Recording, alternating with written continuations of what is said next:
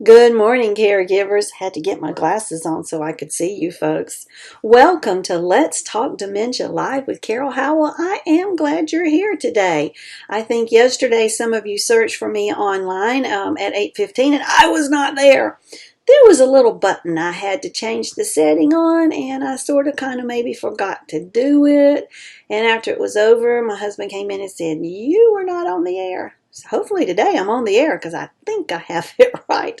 I'm not entirely sure, but you can always catch us on replay on Facebook, YouTube, our website, Roku, and Amazon Fire Stick. And we're glad to have you wherever you might be joining us. Wait a minute, I forgot to put that up. There we go. Let's Talk Dementia with Carol Howell. So we're glad that you're here. I'd like to thank our sponsors. We're going to start today with Editor Beth. You can find her at editorbeth.com. What an amazing job she is doing helping me make sure that what I produce looks good and sounds good when I read it out loud. And I thank Editor Beth for being there. You can reach her at editorbeth.com. Tell her Carol sent you. And then also National Association of Veterans and Families at www.navf.org, 800-352-2919. Oh my goodness, what an amazing company they are, and I so enjoy working with them and referring my clients to them. I was one of their clients. That's how I know they're good at what they do, and that job is helping the veteran get the benefits they deserve. You need to call them, 800-352-2919. Tell them Carol sent you. I'm going to tell you folks, I do not ever advertise for somebody that I've not worked with or done business with or used their product or their service. I have to totally believe in somebody to advertise for them, which is why I advertise for HD Imports, located on Flint Street Extension in Rock Hill, South Carolina, 803-985-0985. Amazing mechanics for Honda, Hyundai, Toyota, Acura, and Kia. Whether you need a repair or just really good ongoing maintenance, you need to give them a call. And then you can reach me at Carol at letstalkdementia.org. I love receiving emails from you folks telling me what's going on in your world. Sometimes you just want to share a story. Sometimes you have a question. Sometimes you need me to call you. Email me. Give me that information. I'm going to respond back by email or calling you and reach out to you in your caregiving journey. If there's one thing that I know, a burden shared is a burden lightened, and I want to be there for you. Check out what we have to offer at letstalkdementia.org.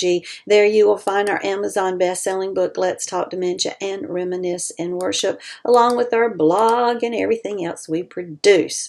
So now the commercials are done. Now we can get down to business. I keep looking at this new little banner I made, and it's cutting the top of my head off, isn't it? Oh, maybe I should scoot in. No, maybe I should back up. There we go. I am just figuring out this whole new program and making these cute banners with the words. They're pretty neat, aren't they? Y'all say yes, Carol, they look good. Well, yesterday we started talking about the difference between an assisted living and a memory care. And the main point I made yesterday about that difference is that a memory care is a locked community, and you want it to be locked. You do not want your loved one making the news of a local male senior was missing from an assisted living and they're searching for them. You don't want that. No one ever wants that. So that's why there is a locked community. Well, another difference is that there are different activities that are offered for that individual with dementia. So if you go into a memory care community and they're doing the exact same activities there that they are doing in the assisted living, you got to wonder why. Because your assisted living residents, by and large, are not as far along if they have cognitive issues in the disease that's causing those issues. Now remember, in assisted living, you're going to have folks with no cognitive issues. They may have physical issues, or they just may be tired of upkeeping a house and move to assisted living. So those activities are different. Activities in memory care should be geared towards them. You should see a lot of activities that have to do with music and the arts, because that is the right temporal lobe, and that right temporal lobe is where those types of activities are stored, and with Alzheimer's type dementia, that part of the brain is least affected than any other part of the brain. Well, if that's true, then isn't that the part of the brain we want to use? So I have offered activities and gone into communities and led activities for folks with memory care, and they very often include singing or playing handbells, or maybe I'll take my ukulele and walk you around and play as I walk, and play the songs that I know that they like, songs from their past. Patriotic music is generally a really big hit with most any population of people in the United States. They like to sing, God Bless America or whatever. And depending on where you are, you'll often find that hymns are a big hit. And so that's something to do. You can also offer crafting projects. Now, don't make them elementary, but make them easy enough that there is success with them. There is a company, and I'm going to have to find the name of it and tell you maybe in tomorrow's show, but they offer painting by water. You guys remember when you did water painting and you just took water and you painted the picture and the picture came to life? Well, once you painted it once, you had to throw it away, right? Well, they make these sheets that have pictures on them, scenes from the 1950s. There's a kitchen scene that looks like what my grandmother had in her house. It even has a lot of turquoise in it. My grandmother's kitchen cabinets were turquoise. It reminds me of Grandma standing there. But you paint it with water and these bright, beautiful, vivid scenes come up. But as they dry, you can paint them again and again and again. I don't know how many times you could paint these things before they would wear out. I have not reached that point yet. They still keep lasting. So that kind of activity. Having a group of seniors in a memory care sort items. They may be sorting socks. They may be folding towels and washcloths. That's good. But sorting is an excellent thing. Now with sorting, we've got to keep a couple things in mind. What we are sorting, is it safe for them to hold? Sorting buttons, you can go to like Dollar Tree. Do you have Dollar Tree where you live? We like Dollar Tree. Everything in the store is $1 except for those things that are 2 for $1. And we don't mind that either. But I was in there the other day and they had just little containers of bright colored buttons for $1. Well, this is perfect. For $5 or $6, you could get a good handful of buttons and tell your person that you're working with or your loved one, I need all the blue buttons. Now make sure that they are not at a point in the disease process where they might put those buttons in their mouth. If there's a chance they're going to put those buttons in their mouth, that's not the job you want to give them. But what could you give them? Skittles. Maybe a handful of Skittles or M&Ms and say, would you pull out all the red M&Ms? Well, so now if they put those in their mouth, that's okay. But it's something they can sit down and do. Realize, too, as dementia progresses, that hand-eye coordination is lessened and they're not as good at depth perception. In other words, they may see, I can see the end of the pen and go right to the very tip. I can see this end and go right to the very point. Someone who has advanced dementia, their grasp is going to be much wider. They may have a hard time doing it. Now, it doesn't mean they should not do it, but keep an eye out to see if that activity frustrates them. And it might not. If you lay those M&Ms or Skittles or buttons out on a tray where they're not going to go all over the place, even if they're sitting on a table, maybe something that confines them, where they can work and push it around till they pick it up, they may enjoy doing that. Keep an eye and make sure that it's an appropriate activity for them, which is my point. Activities in a memory care need to be appropriate for the individual. So that is one difference. Another difference is that there are more employees per resident. Now that statistic is based upon the state in which that community resides. So each state rules and has government regulation over assisted living, memory care, all those kinds of group homes.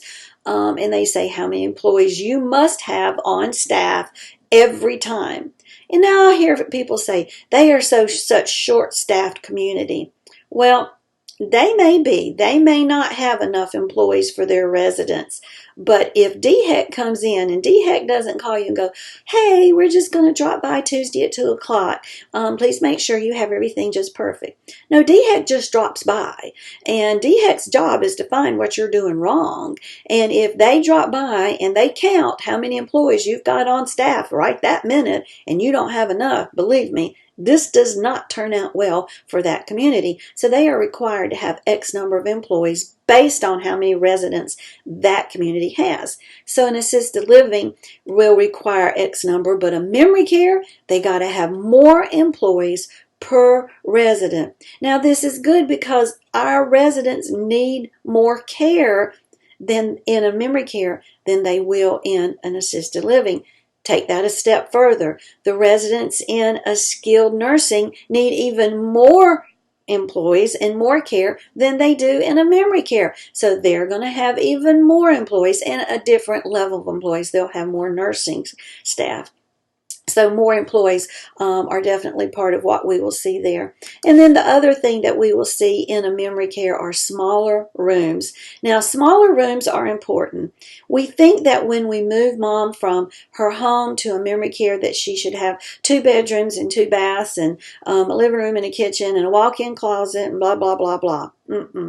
Because see, these are just more spaces for our loved ones to wander and get confused about. This is another bedroom that they'll go in and their bed's not in there, but they're in a bedroom. Why is their bed not in there? That's confusing. So if they have one room, a studio type room, some assisted livings will have one, or some memory cares will have 1 bedroom memory care apartments. Not my favorite setup. I'm just going to tell you, I like the studio setup where you walk in, you see your bed, you know where your bed is. You walk in, you see your chair, you know where your chair is. And all the pictures on the wall are things that relate to them. It's pictures of them in the past. It's not pictures of their grandchildren. Don't do that. They probably don't remember their grandchildren.